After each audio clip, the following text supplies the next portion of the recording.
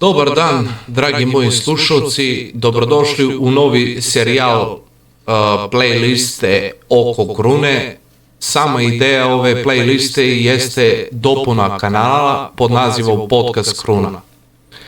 Ovdje ćemo govoriti o svim zanimljivostima vezani i za grad Leskovac i za Srbiju, kao i za razne zanimljivosti koje se dešavaju širom sveta ili su se dešavale.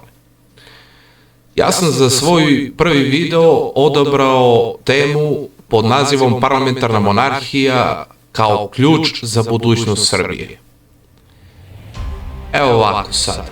Zamislite Srbiju u kojom bi predsjednik nije samo političar, već simbol narodnog jedinstva, gdje predsjednik države ne dolazi iz stranačke borbe, već iz narodne istorije i dostojanstva. Zamislite da predsjednik Srbije ne koristi funkciju da deli narod, već da ga ujedini štitići njegove interese, a ne interese grupe. Takva država koja spaja prošlost sa budućnošću već postoji u svetu i zove se parlamentarna monarhija. Zašto je to dobro za Srbiju? Osvrnut ćemo se na političku i društvenu stabilnost koju parlamentarna monarhija može doneti kroz istorijski kontinuitet, društveni konsenzus i međunarodni ugled. Šta je parlamentarna monarhija zapravo? Parlamentarna monarhija je oblik državnog uređenja u kojem je monarh simbolički šef države, dok je stvarna vlast u rukama vlade i parlamenta. Kralj ili kraljica koji imaju ceremonijalnu ulogu ne upravljaju direktno zemlju. Njihova uloga je da štiti ustavni okvir, tradiciju i narodne vrednosti, a ne da donosi političke odluke.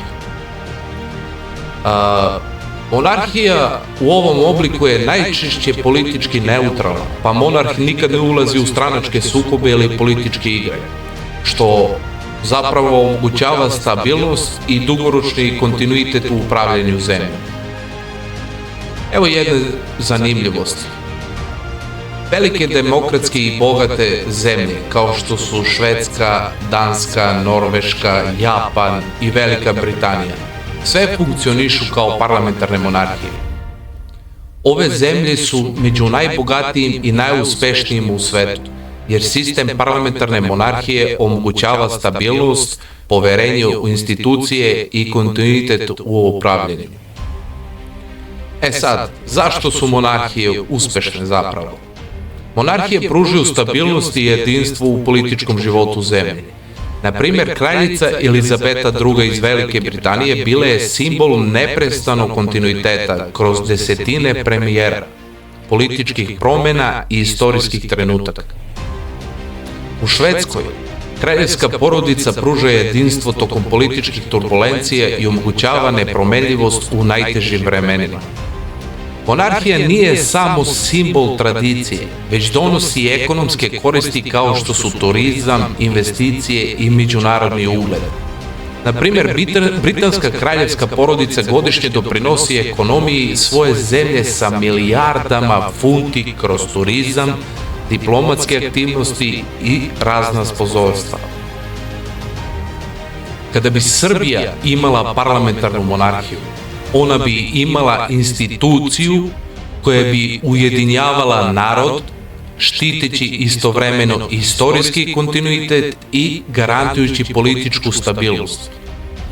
To bi bio temelj za dugoročni razvoj i opstanak. Sad, kralj kao moralni i kulturni autoritet. Kralj ili kraljica u parlamentarnim monarhijama nisu političari, nego moralni autoriteti. Oni nisu upleteni u svakodnevne političke borbe, već služe kao simbol jedinstva nacije i zaštitnici tradicije. U vremenu kada su političari često u sukobu i podložni interesnim grupama, monarhija omogućava stabilnost i kontinuitet.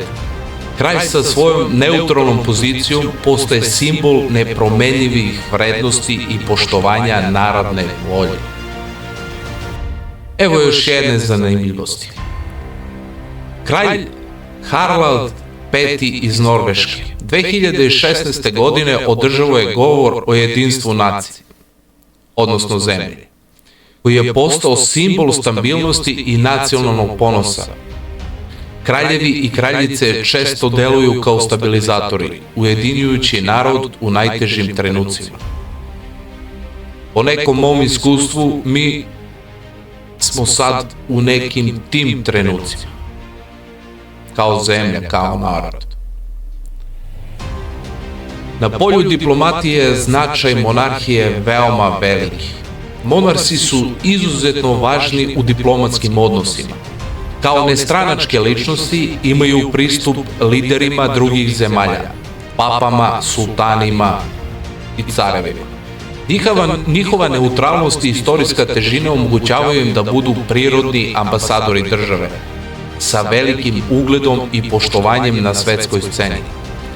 Srbija bi kroz monarhiju mogla da postane prepoznatljiva i uvažena zemlja na međunarodnoj sceni. Kralj ili kraljica ne bi samo predstavljali zemlju, već i njene tradicije, kulturu i istinske vrednosti. Srbija bi imala diplomatu koji nije podložan promenama svake 4 godine, već ima dugoročnu perspektivu i narodnu podršku. U našem slučaju, dinastija Karađorđević jeste legitimni naslednik srpskog trona i srpske tradicije. Dinastija Karađorđević je danas legitimna naslednica sa prestolonaslednikom Aleksandrom na čelu.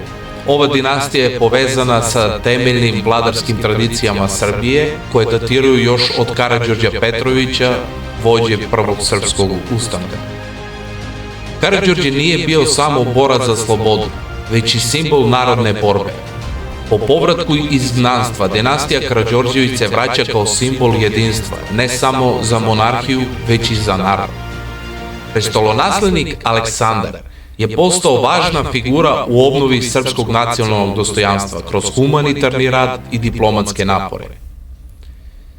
Iako je Srbija prošla kroz turbulentne periode, posebno nakon ukidanja monarhije 1945. godine, dinastija Karađorđević nikad nije prestala da bude simbol narodne tradicije i istorijskog kontinuiteta. Kralj Petar II, pre nego što je otišao u izgnanstvo, bio je poslednji vladar pre nego što je Jugoslavija postala republika. Tokom njegovog izgnanstva Srbija je pretrpela političke preokrete koji su često dovodili do nestabilnosti i neuspeha. Svetla tačka u tom periodu bila je monarhijska tradicija koja je pružala osjećaj kontinuiteta. Kao što svaki čovek greši, tako greše, nažalost, i kraljevi, jer su i oni ljudi. Tako da greške ne moraju da znače kraj za jednu monarhiju. Kritičari često navode greške određenih monarha kao argument protiv monarhije kao sistema. Na primjer, kralj Aleksandar II imao je greške u političkim odlukama koje su dovele do smanjenja ugleda monarhije u Srbiji.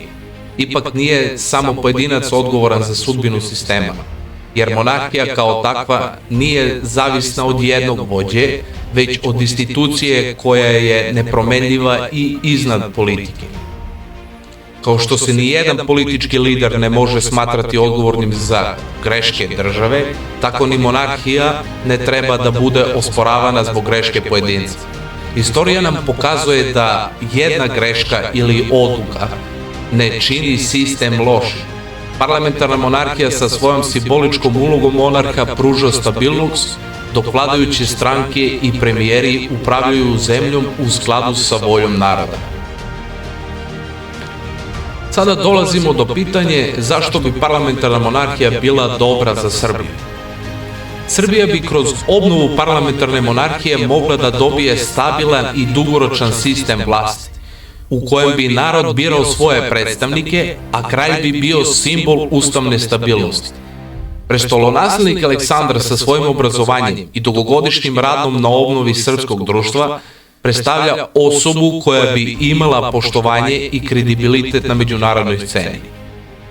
Kralj bi mogao da postane most između prošlosti i budućnosti, simbol jedinstva i kontinuiteta koji bi omogućio Srbiji da izgradi modernu, stabilnu i prosperitetnu državu koja se ponosi svojim tradicijama i istorijom, a istovremeno se otvara prema budućnosti i globalnom društvu. Ja mislim da bi ovaj sistem stvorio temelje za političku stabilnost, društveni konsenzus i dugoročni ekonomski napredak. Sad, dragi moji slušalci, ja bih voleo da u komentarima čujem vaše mišljenje na ovu temu. Ne zaboravite uvek Veliku Britaniju kao jedan simbol parlamentarne monarhije, njenu ulogu, značaj i moć u svetu i zapitajte se da su Britanci glupi i da im ne ide u prilog parlamentarna monarhija, da li bi i danas bili u tom sistemu. Hvala puno na pažnji, zapratite moj kanal, lajkujte, podelite, komentarišite i svako ko želi je dobrodošao na moj kanal i ja bih voleo da jednim zdravim razumom zajedno gradimo bolju budućnost za ovu našu zemlju. Jer kako ja vidim,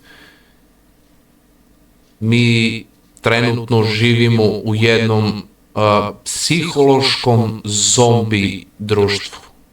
Hvala puno još jednom i do sljedećeg viđenja. Ćao.